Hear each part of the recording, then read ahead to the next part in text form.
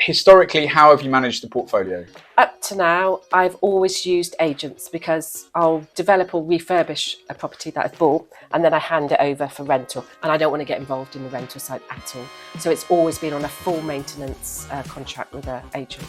And how have you found that today?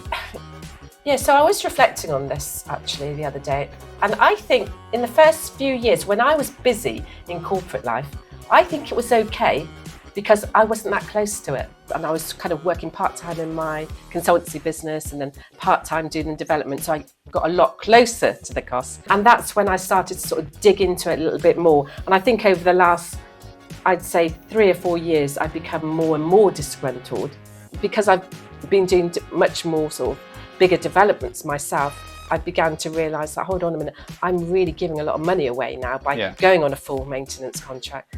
So I suppose it all depends on what you're after. If you just want peace and quiet and for someone to do it, you can have that. You know, when you've got one property as well, I kind of talk about this on my blog, and it's actually, if you've got one property, you can probably just manage it yourself.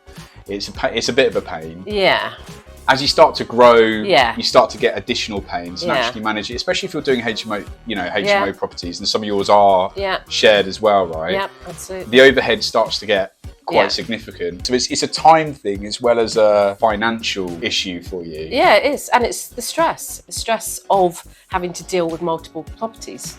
If you've just got one, you've solved that problem and move on. You solve one problem, another one comes up on another property, you're constantly doing it. And if you're then trying to work in your day job at the same time, it's just not tenable.